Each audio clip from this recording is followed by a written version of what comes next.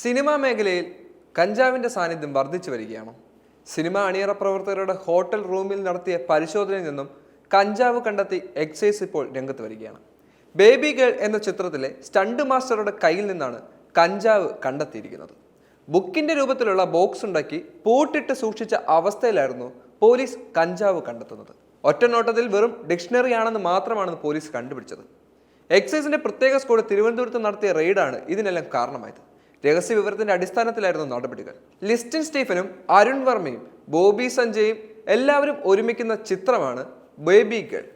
കുഞ്ചാക്കോ ബോബനും ലിജോ മോൾ ജോസുമാണ് പ്രധാന കഥാപാത്രത്തെ അവതരിപ്പിക്കുന്നത്. ദിവസങ്ങൾക്ക് മുമ്പാണ് തിരുവനന്തപുരത്ത് ഷൂട്ടിംഗ് ആരംഭിക്കുന്നത്. തൈക്കാട് ഗാന്ധി ഭവനിൽ വെച്ച് നടന്ന പൂജാ ചടങ്ങിൽ നിർമ്മാതാവ് ലിസ്റ്റിൻ സ്റ്റീഫൻ സിച്ചോൺ കർമ്മവും തിരക്കഥാകൃത്ത് സഞ്ജയ് ഫസ്റ്റ് ക്ലാപ്പും നൽകിക്കൊണ്ട് സിനിമയുടെ ചിത്രീകരണം ആരംഭിച്ചിരുന്നു. സുരേഷ് ഗോപി നായകനായ സൂപ്പർ ഹിറ്റ് ചിത്രമായ ഗരുഡന്റെ സംവിധായകനാണ് അരുൺ വർമ്മ. മാജിക് ഫ്രെയിംസിന് വേണ്ടി ബോബി സഞ്ജയ് തിരക്കഥ ഒരുക്കുന്ന മൂന്നാമത്തെ ചിത്രം കൂടിയായിരുന്നു ഇത്. ആദ്യ ചിത്രമായ traffic, how old are you എന്നീ ചിത്രങ്ങളാണ് മുൻ ചിത്രങ്ങൾ. അതായത് വമ്പൻ ഹിറ്റുകൾ ഒരുക്കിയ ടീമിൻ്റെതാണ് ബേബി ഗേൾ എന്ന ഈ ചിത്രവും.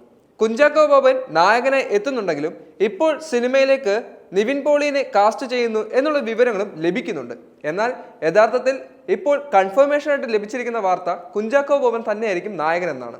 അതേസമയം തന്നെയാണ് സിനിമയുടെ പേരിൽ ഇത്ര മോശമായ രീതിയിലുള്ള ഒരു വിവരം പുറത്തു വരുന്നത്. ഈ സിനിമയുടെ സംഘടന മാസ്റ്ററായ മഹേശ്വരിയിൽ നിന്നാണ് പോലീസ് ഇപ്പോൾ കഞ്ചാവ് പിടികൂടിയിരിക്കുന്നത്. സിനിമാ സെറ്റിലെ ഫൈറ്ററാണ് എക്സൈസ് പിടിയിലായിരിക്കുന്നത്. ഇപ്പോൾ മഹേശ്വരി എന്നാണ് അദ്ദേഹത്തിന്റെ പേര്.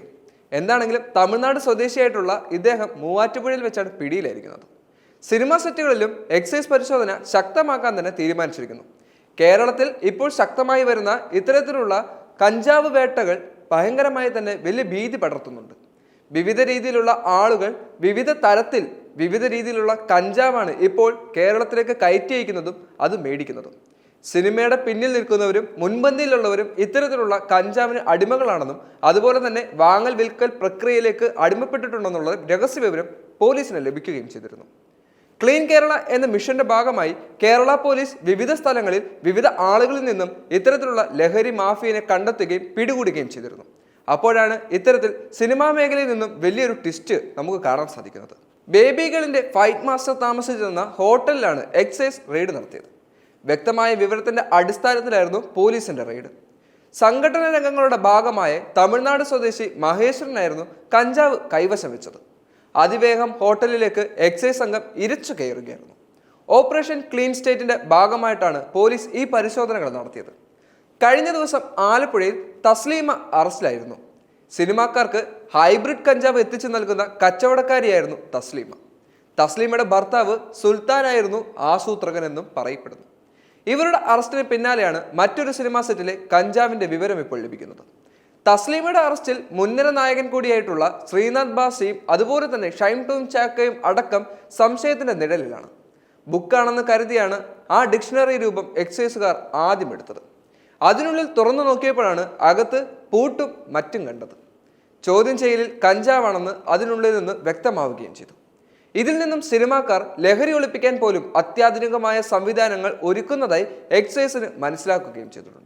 കഞ്ചാവിന്റെ ഉറവിടം അടക്കം കണ്ടെത്താൻ എക്സൈസ് ഇനി വിപുലമായ അന്വേഷണം നടത്തുമെന്നുള്ളതും ഇപ്പോൾ പോലീസ് പറയുന്നുണ്ട്.